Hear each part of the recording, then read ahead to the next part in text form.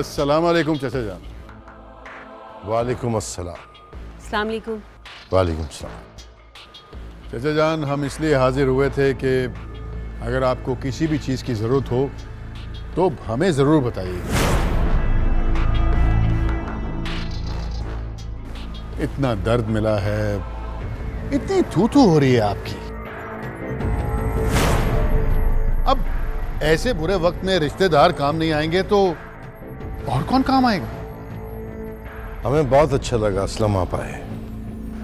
चचा जान, आपने कभी हमें अपना समझा ही नहीं। राबिया को इतना सदमा पहुंचा था, इसीलिए हम आपकी बहू को अपने साथ ले आए। अब देखिए ना, मां जेल में है, बच्चा अकेला रह गया, बाप भी चला गया। अब मां भी चले जाएगी तो ये तो अच्छा है कि बच्चा अमीर घर में है, आपके पास है, वरना ऐसे बच्चे तो सड़कों पे भीख मांगते हैं।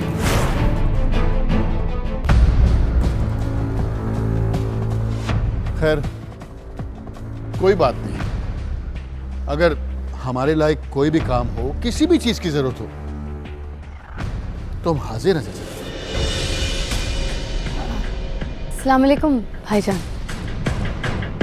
वालेकुम सलाम। अस्सलाम वालेकुम भाभी। वालेकुम अस्सलाम। बहुत बहुत शुक्रिया आपका असलम शेख। आए हैं तो चाय पी के जरूर जाइएगा।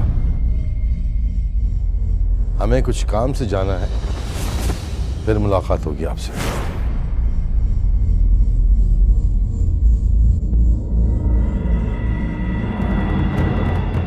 भाभी जान आइए आइए। असलम भाईजान बैठिए आइए। बैठिए। हाँ जी, बड़ी प्यारी लग रही है।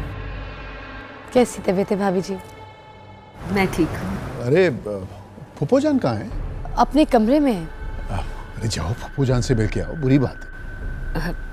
जी जाती हूँ मैं।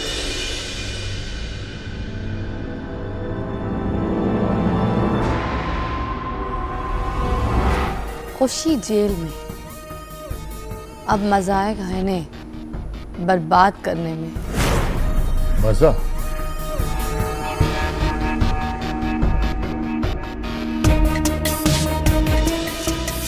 अभी तो शुरुआत है, अभी तो बहुत मजे आएंगे। इनकी तो बैंड बज जाएगी अपनी बहू को बाहर निकालते निकालते।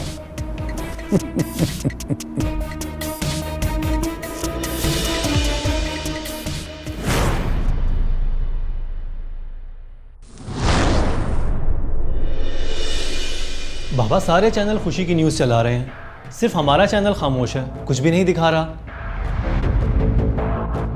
हमने जो दिखाना था वो दिखा चुके हैं बेटा। हम सिर्फ न्यूज़ दिखाते हैं, व्यूज़ नहीं। जब कोर्ट का फैसला आएगा तो दिखा देंगे बस।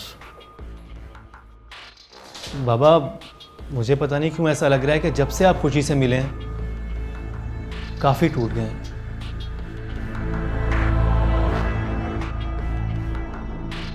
नहीं, टूटा नहीं हूं मैं, जुड़ गया हूं। खुशी से नाराजगी भी तो नाजायज थी ना। जिससे नाराज होना था वो तो चला गया, इस दुनिया में नहीं रहा। खुशी से नाराजगी की कोई वजह समझ में नहीं आती मुझे।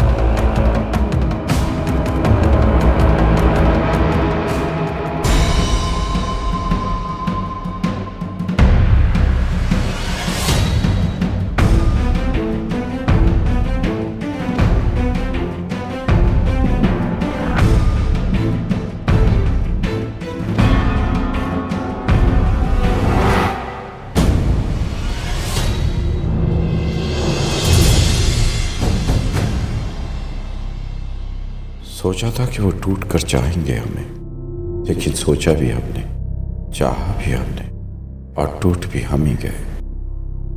तुम टूट गए मोहब्बत में तो हमारा गुनाह, तुम हमें चाहते रहे यकतरफा तो हमारा कसूर।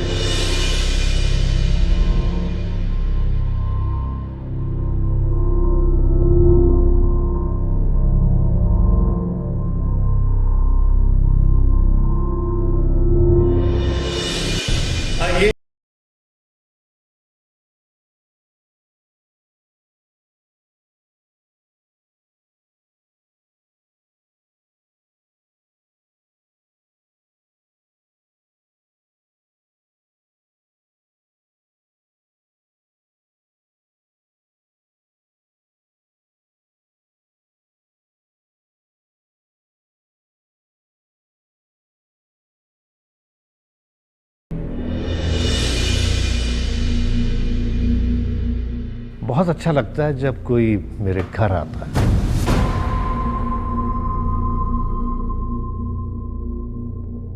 कैसे नवाब साहब? आप तो खुद रूलिंग पार्टी के लीडर हैं, यहां वहां भागना अच्छा थोड़ी लगता है। एक फोन कॉल पे आप छुड़ा सकते हैं। आप बिल्कुल सही फरमा रहे हैं। हम दूसरों को छुड़वा सकते हैं लेकिन अपनों को नहीं। और आप ये भी जानते होंगे अच्छी तरह कि खुशी खुद भी हमारी पार्टी की वाइस प्रेसिडेंट है। अच्छा, तो आपकी बहू गिरफ्तार है।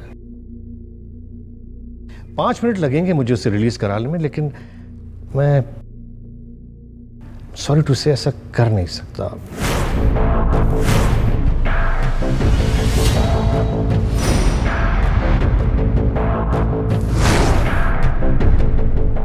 मैं ऐसा करूंगा नहीं।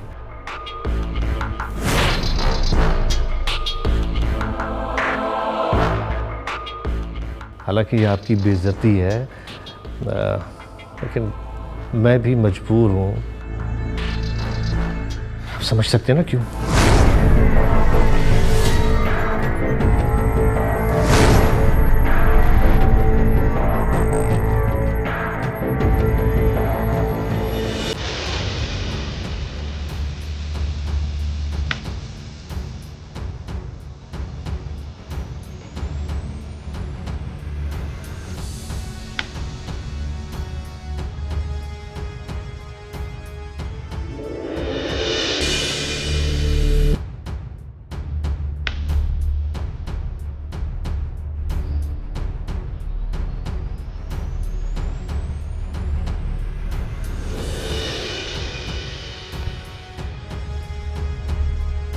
तुम कहती हो कि हमारी मोहब्बत यकतरफा है। जमीला, मोहब्बत तो यकतरफा ही होती है, दो तरफा तो मुआहदे होते हैं।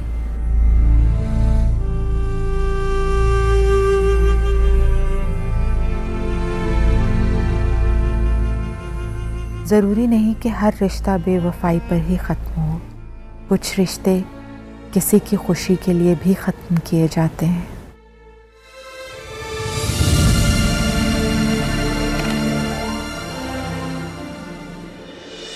क्या आप उनसे वाकई में मोहब्बत करती थी? क्यों?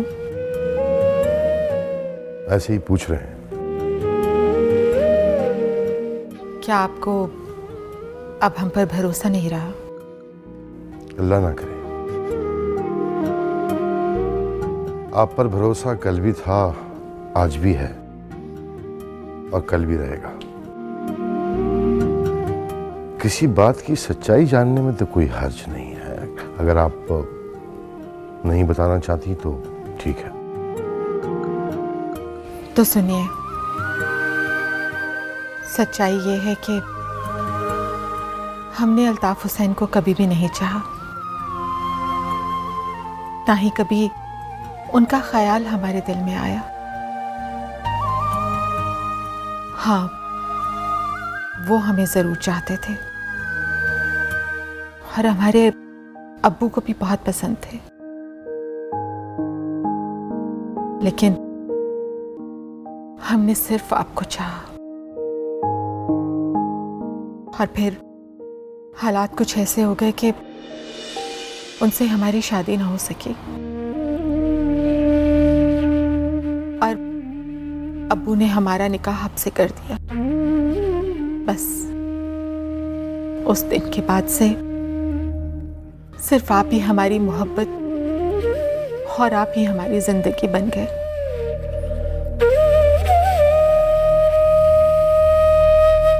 लेकिन इस वक्त हम सिर्फ खुशी के लिए परेशान हैं।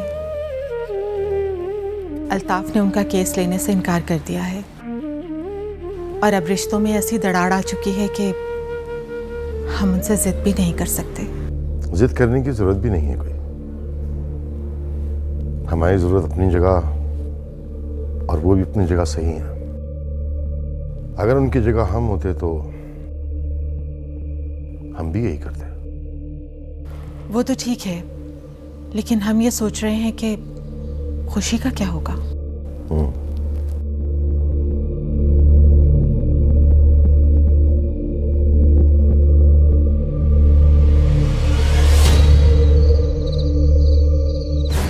मुझे झूठ और झूठ बोलने वालों से सख्त नफरत है। झूठ बोलने वाला अगर बेगुनाह भी हो तो मैं उसे जेल के सलाखों के पीछे बंद कर सकता हूं, और सच बोलने वाला अगर मुजरिम भी हो तो उसे सजा से माफ कर सकता हूं। इसलिए सोच ले और सच कहिए, वरना तुम दोनों की जिंदगी मैं तबाह कर दूंगा। क्या रिश्ता है उस लड़की के साथ? क्या लगती है वो लड़की? एसपी साहब, हम आपको बिल्कुल सही कह रहे हैं जनाब। पता नहीं ये लड़की इन सब बातों से इनकार क्यों कर रही है। हम दोनों बेगुनाह हैं जनाब, और दोनों ही हम असल में उसके मामू मानी हैं, और अफसाना सईद हमारी भांजी है। हमारा ताल्लुक एक गरीब घराने से, इस वजह से हमारी बहन भी नहीं पढ़ सकी। और अफसाना सईद के वालिद एक बिजनेसमैन थे जनाब। हमारी बहन ने अफसाना के वालिद से लव मैरिज की थी, और अफसाना के वालिद कभी कभार हमारी मदद कर दिया करते थे। हमारी बहन भी जो थी वो भी हमें कुछ पैसे दे दिया करती थी। इसका अक्सर आना जाना कहाँ रहता था? इसके दोस्त कौन थे? वो जी ये तो हम नहीं जानते, बस इतना पता है कि वो डॉक्टरी पढ़ रही थी और उसके माँ बाप की ना एक हादसे में मौत हो गई। वो जब से हमारे घर आके रहने लगी ना, तो अक्सर किसी का फ़ोन आया करता था और वो चली जाती थी। हो जी फिर एक दिन मैंने देखा कि किसी का फ़ोन आया और थोड़ी देर बाद इतनी बड़ी और लंबी गाड़ी आई और वो उसमें बैठकर चली गई। उसके बाद वो वापस नहीं आई जी। इसकी कोई और तस्वीर है तुम लोगों के पास? नहीं जी, असल में ना हम लोग फ़ोटो बनाना पसंद नहीं करते, ना ही उसको कोई शौक़ था ज़्यादा फ़ोटो बनाने का। बस जी वही एक तस्वीर थी जो आप लोगों ने देखी है। तुम दोनों ने अभी जो कुछ कहा कोर्ट में कहोगे? हाँ जी बिल्कुल कह देंगे साहब।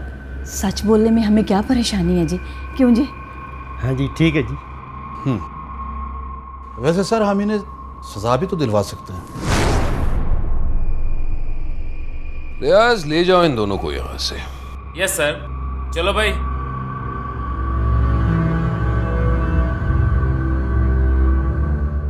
जाने सर, भाई हालात को मद्देनजर रखते हुए हम इस पर मुकदमा तो चला सकते हैं, लेकिन मुझे नहीं लगता this is a good idea. लेकिन मैं नहीं चाहता कि हम फौरन कोर्ट जाएं, क्योंकि हमारे पास सबूत कम है और सबूत ना होने की वजह से पहले ही दिन इसे जमानत हो सकती है। खामखा इससे पुलिस की बदनामी होगी और ये मैं हरगिज नहीं चाहता। वैसे तुम्हारा क्या ख्याल है? हाँ मेरा भी वही ख्याल है जो आपका है। काश इसका कोई कॉलेज का दोस्त मिल जाता जो इसे पहचान पाता, तब हकीकत सामने आती। लेकिन कमबख्त कोई पहचानने को तैयार ही नहीं। सर जिस चाकू से उसने उसे मारा है उस पर उसके फिंगरप्रिंट्स होंगे लाजमी। ओहो नईम, तुम अच्छी तरह जानते हो कि वो एक मेडिकल स्टूडेंट रही है। Yes sir. तो फिर चाकू से उसने फिंगरप्रिंट्स के निशान मिटा दिए होंगे, क्योंकि एनालिसिस से जब रिपोर्ट वापस आई तो उसके मुताबिक चाकू पर कोई फिंगरप्रिंट्स के नामो निशान ही नहीं है। समझ में नहीं आता, ऐसा काम तो एक शातिर दिमाग का क्रिमिनल ही कर सकता है, और वो चेहरे से तो मुजरिम नहीं लगती।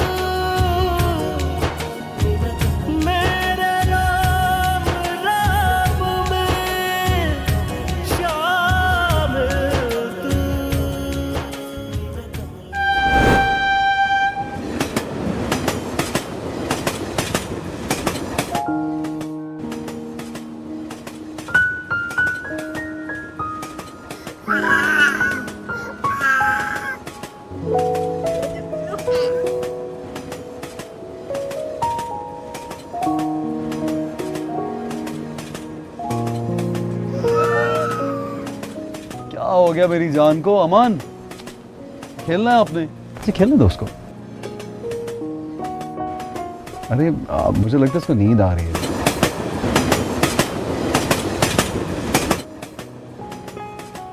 सो गया? हाँ, ऑलमोस्ट।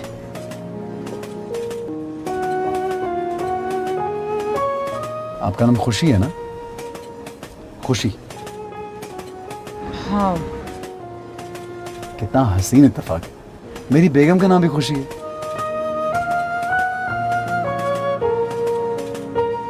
लेकिन एक फर्क है, इस खुशी के चेहरे पे मुस्कुराहट है और आपके चेहरे पे कुछ गम है। मसला क्या है?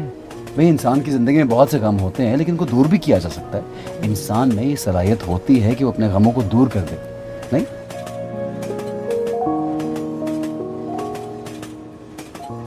मगर मेरी परेशानी का कोई हल नहीं। आप मुझे बता दें, मैंने लोगों की परेशानियां दूर करने में मास्टर्स किया हुआ है। मैं परेशानी दूर कर दूंगा आपकी।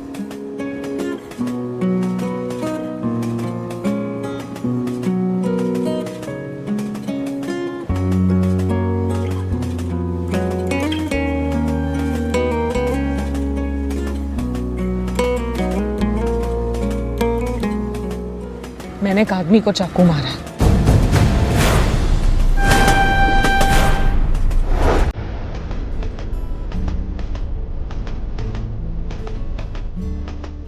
क्या आप कहना चाह रही हैं कि आपने किसी का खून किया? जी हाँ। कैसे?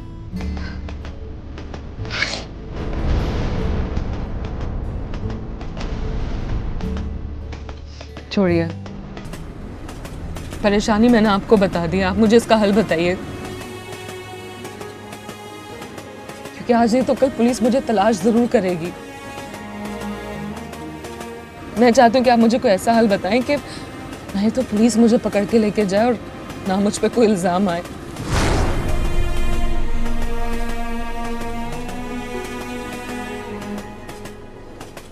चुप क्यों हो गए, बोलिए ना। अच्छा ये तो बताइए, उस बेचारे को मारा क्यों आपने? बेचारा नहीं था वो, रेप करना चाहता था मेरा। Really? Oh my God! ये बताइए वो जिंदा रह गया या मर गया? पता नहीं, लेकिन मारा तो मैंने उसे मारने के लिए था। तो कंफर्म तो करना था कि वो मर गया। ऐसे आदमी का मर जाना ही अच्छा है जो दूसरों की इज्जतों से खेलता है। नहीं छोड़ना था उसको। अजीब लोग हैं भाई। अच्छा वो आप मुझे मिल गई। आप फिक्र करना बिल्कुल बंद कर दीजिए। मैं रहूं या ना रहूं, आपको कुछ नहीं होगा, ये वादा है मेरा, गारंटी। मैं और मेरी फैमिली हमेशा आपका साथ देंगे। हाँ, डरने की कोई बात नहीं है। आपका असली नाम भी खुशी है? जी नहीं, मेरा नाम अफसाना सईद है। और आपके मुंह से गलती से खुशी निकल गया था। चले कोई बात नहीं, मेरी किस्मत में दो खुशियां आ गई हैं। कितनी खुशी की बात है।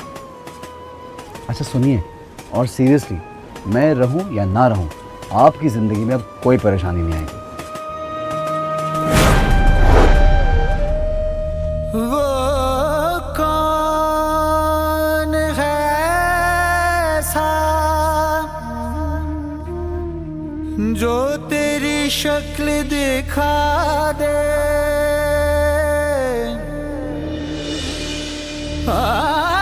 जो मुझसे मिला दे।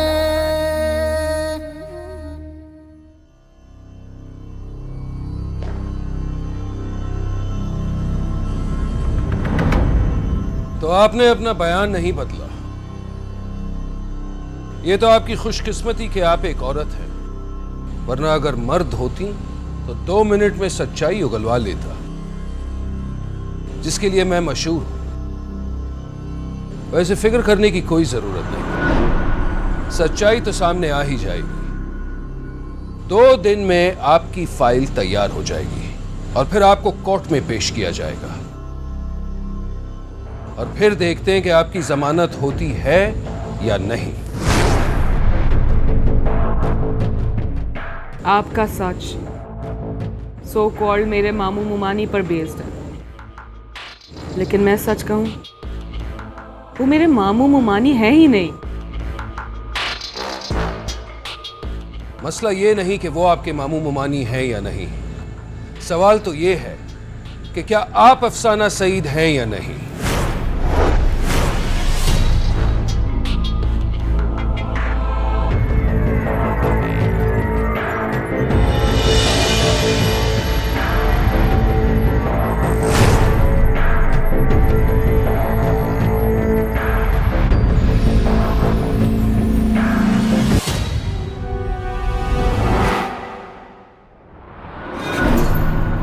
शुक्र है कि अंकल अल्ताफ हुसैन ने तो खुशी का केस लड़ने से मना कर दिया।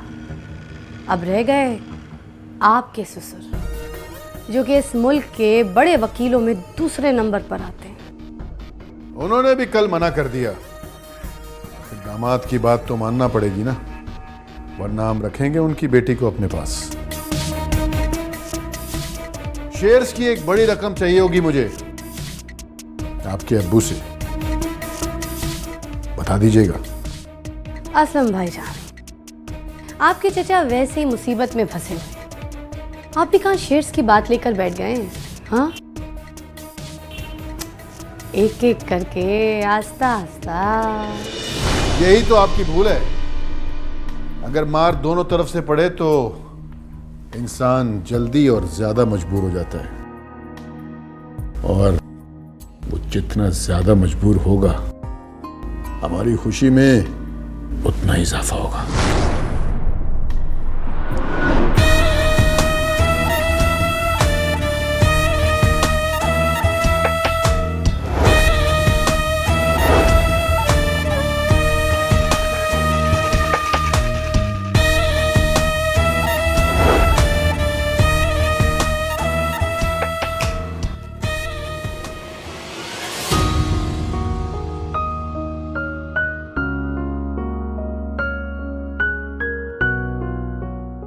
बाबा,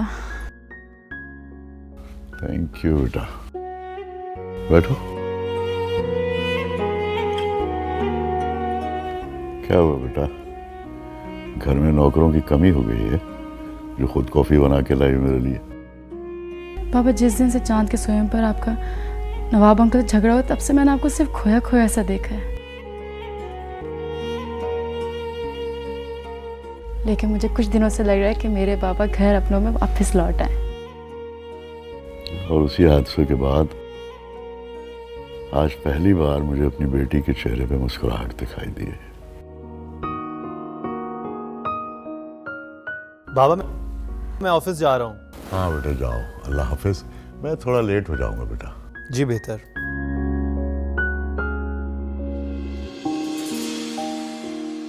हाँ बेटा, क्या कह रही थी? पापा मैं ये कह रही थी कि मैंने सबको माफ कर दिया है। अब मेरे दिल में किसी के लिए कोई गिला शिकवा नहीं है। लेकिन शानी भाई, बेटा, शानी भाई का मामला अब शानी भाई को खुद डिसाइड करने दो। Good coffee. Thank you.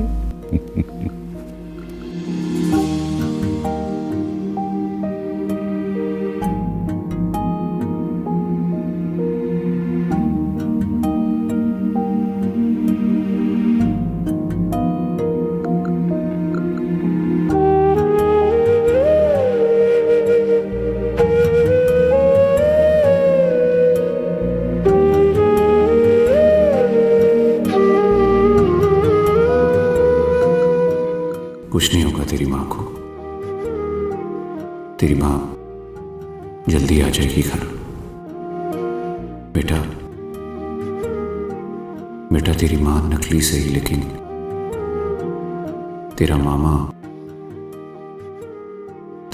असली है। और मैं वादा करता हूं कि दुनिया इधर की उधर हो जाए, क़यामत आ जाए, लेकिन मैं खुशी को कुछ नहीं होने दूंगा। मैं तुझसे वादा करता हूं मेरे बच्चे, वादा करता हूं।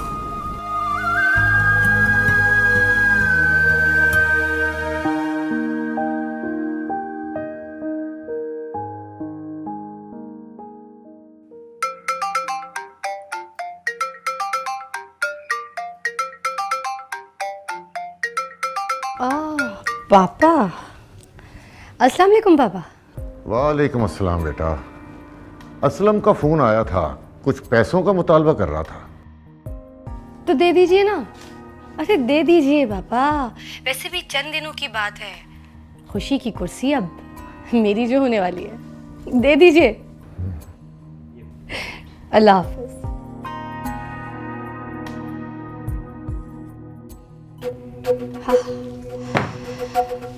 ओके।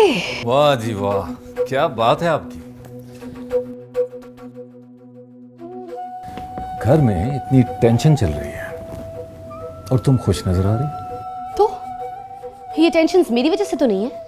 हाँ, वैसे मेरी खुशी की फिक्र ना इस घर में किसी को रही है और ना तुम्हें। तो मैं दूसरों की खुशी की फिक्र क्यों करूं? इस घर की दर्द की परवाह मैं क्यों करूं? ज़ैनब,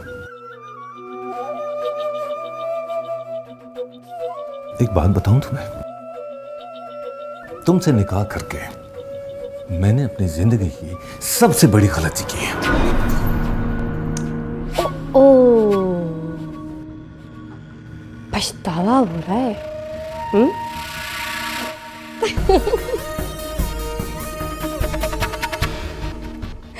अच्छा, अपनी गलती पर पछताना अच्छी बात है।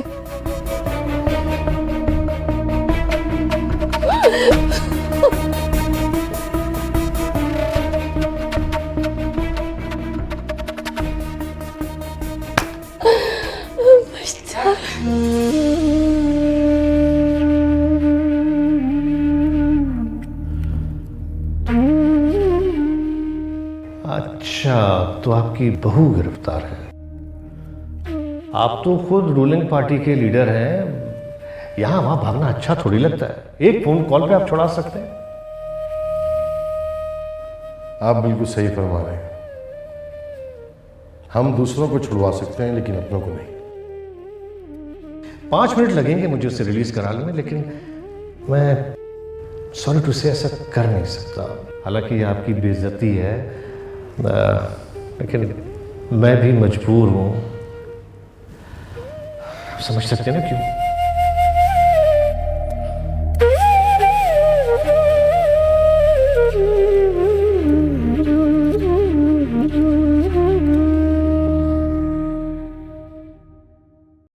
नवाब, क्या हो रहा है ये? किसकी नजर लग गई है हमारे इस घर को? खुशी के रिहा होने की कोई उम्मीद है कि नहीं? वो बेचारा बच्चा दिन भर रोता रहता है माँ के बगैर। हम जानते हैं आबादा, लेकिन समझ नहीं आ रहा कि क्या करें। बहुत मजबूर हो गए हम। कोई भी वकील ये केस लेने को तैयार नहीं है और गैरों की क्या शिकायत करें। असलम के ससुर जाकिर हुसैन साहब, उन्होंने भी कल केस लेने से इनकार कर दिया। हम चाहें तो इस्लामाबाद से फोन करवा सकते हैं और खुशी रिहा भी हो जाएंगी, लेकिन हमारे कैरियर पे बहुत बुरा असर पड़ेगा। कैरियर जरूरी है या घर? दोनों। अगर चांद जेल में होता तब भी तुम ऐसा ही सोचते। ऐसे मौके पर हमारे लिए चांद और खुशी में कोई फर्क नहीं होता। और आप ऐसे क्यों नहीं सोचती कि इस वक्त हमारे घर के लिए, हमारे कैरियर के लिए खुशी कितनी इंपॉर्टेंट है। अगर खुशी को कुछ हुआ तो घर, कैरियर, सब कुछ बर्बाद हो जाएगा। और हम बर्बाद नहीं होना चाहते। फिर आप फिक्र ना करें, सब ठीक हो जाएगा। अरमान ने एक बहुत बड़े वकील से बात की है जिन्होंने आज तक कोई केस नहीं हारा। आप जाकर आराम करें और दुआ करें। आपकी दुआओं से कोई ना कोई हल निकल आएगा।